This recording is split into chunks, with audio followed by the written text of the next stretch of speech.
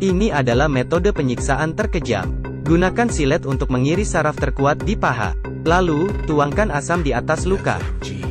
Di sekolah kedokteran kami belajar tentang rasa sakit terbesar yang bisa ditanggung seseorang, tanpa menyebabkan jantung berhenti. Tampaknya sakit sekali. Paul adalah dokter bedah saraf. Ia memiliki keluarga yang harmonis. Mereka bertiga hidup berkecukupan. Nasib manusia tiada yang tahu. Saat Paul lembur di rumah sakit, kawanan perampok masuk ke rumahnya. Mereka awalnya cuma mau uang. Tapi, saat melihat Jordan, mereka ingin memperkosanya. Jordan akhirnya melawan. Ia mengambil pisau dan mengiris wajah rampok. Ibunya juga menyiramkan air panas. Perampok pun berang. Saat dibawa ke rumah sakit, istrinya sudah meninggal. Sementara, Jordan koma. Tak lama, FBL menginterogasinya. Paul bilang cuma kehilangan $2.000, beberapa dokumen, dan 2 jam tangan. Tapi, yang ia sesalkan adalah istri dan anaknya. FBL janji akan menangkap pelakunya, lalu pergi dari sana. Hari demi hari berlalu, tidak ada perkembangan apapun. Ayah Paul bilang, polisi itu seperti pahlawan kesiangan. Kalau Paul ingin melindungi keluarganya, ia harus bertindak sendiri. Paul masih percaya polisi, tapi, waktu menggerus kepercayaannya, ia tak tahan dan pergi ke kantor polisi. Ternyata, polisi masih menunggu penangkapan teman pembunuh, dan baru menari petunjuk. Tahu kasusnya akan terbengkalai. Paul memutuskan bertindak sendiri. Tapi, ia tak punya senjata. Kebetulan, seorang pasiennya menjatuhkan pistol. Paul menendangnya ke kolong kasur, lalu menyembunyikannya di celana. Setiap malam, ia berlatih menembak. Siangnya, ia pergi bekerja. Entah sudah berapa lama, Paul makin mahir menembak. Malam ini, ia bersiap pergi bertempur. Meski tak punya petunjuk apapun. Yang penting ketemu penjahat dulu. Tak lama, ia melihat perampok. Oi! Perampok ingin menabraknya. Paul menembaknya. Perampok menabrak tiang. Tapi, karena tak terbiasa menembak, tangannya terluka karena tergesek pistol. Paul memungut pistolnya. Perampok turun dan membombardirnya. Tapi, Paul berhasil melumpuhkannya dan membunuhnya. Ia bergegas pergi dari TKP. Tapi, aksi Paul direkam seorang wanita. FBI sampai di lokasi. Di rekaman, Paul memakai hoodie. Jadi wajahnya tak tampak. Wanita itu mengunggahnya di internet. Video Paul viral. Ia dijuluki Dewa Kematian. Paul mulai memburu penjahat dan menghabisinya. Hari ini, ia menemukan petunjuk. Saat menolong pasien, ia melihat jam tangannya yang curi. Paul menyelinap ke ambulan dan mengambil ponsel pelaku. Ia membuka kuncinya dengan jempol pelaku, lalu mengambil kembali jam tangannya. Di kantor, ia membuka ponsel pelaku dan melihat sebuah bar. Malamnya, Paul ke sana. Ternyata, bar ini mengepul barang curian. Si gondrong ini adalah bosnya. Bos melirik Paul dan melihat tag nama pasien di jaket Paul.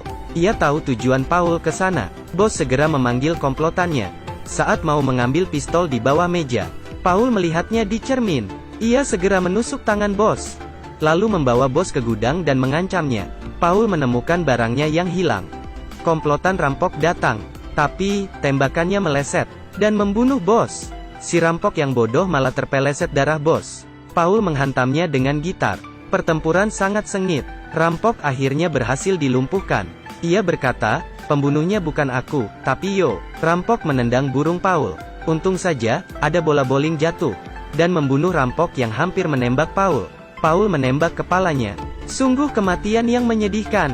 Tapi, karena panik, cincin Paul tertinggal di TKP. FBL langsung mencarinya, tapi tidak mencurigainya.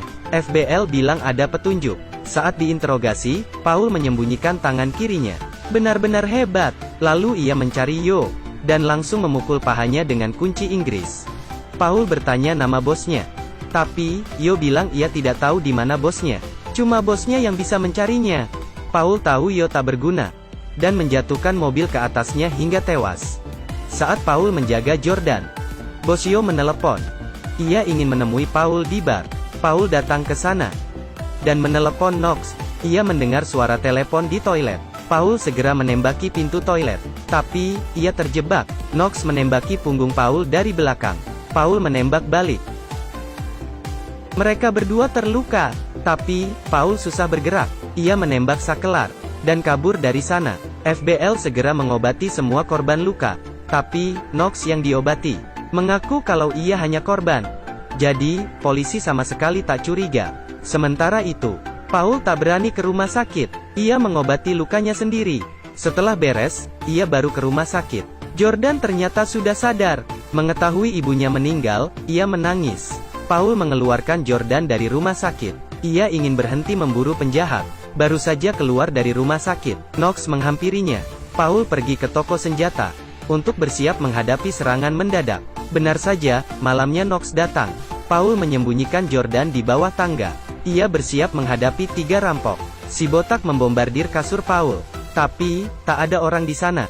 Di kegelapan, Paul membunuhnya. Lalu ia sembunyi di kolong kasur dan menembaki anak buah Knox yang lain. Kini sisa Knox saja. Paul menyuruh Jordan supaya jangan keluar. Di bawah tanah ada suara. Begitu Paul tiba di sana, Knox menembaknya dari belakang. Belum sempat Knox senang, Paul menendang kotak senjatanya dan dengan sempurna memenangkan pertempuran. FBL tiba di rumahnya. Paul bilang semua lukanya didapat hari ini. Pembelaannya masuk akal. Polisi juga pengertian. Film pun tamat. Keluarga adalah sesuatu yang tak boleh diusik. Oke, ceritaku sampai di sini. Aku Kaki Minyak, dadah.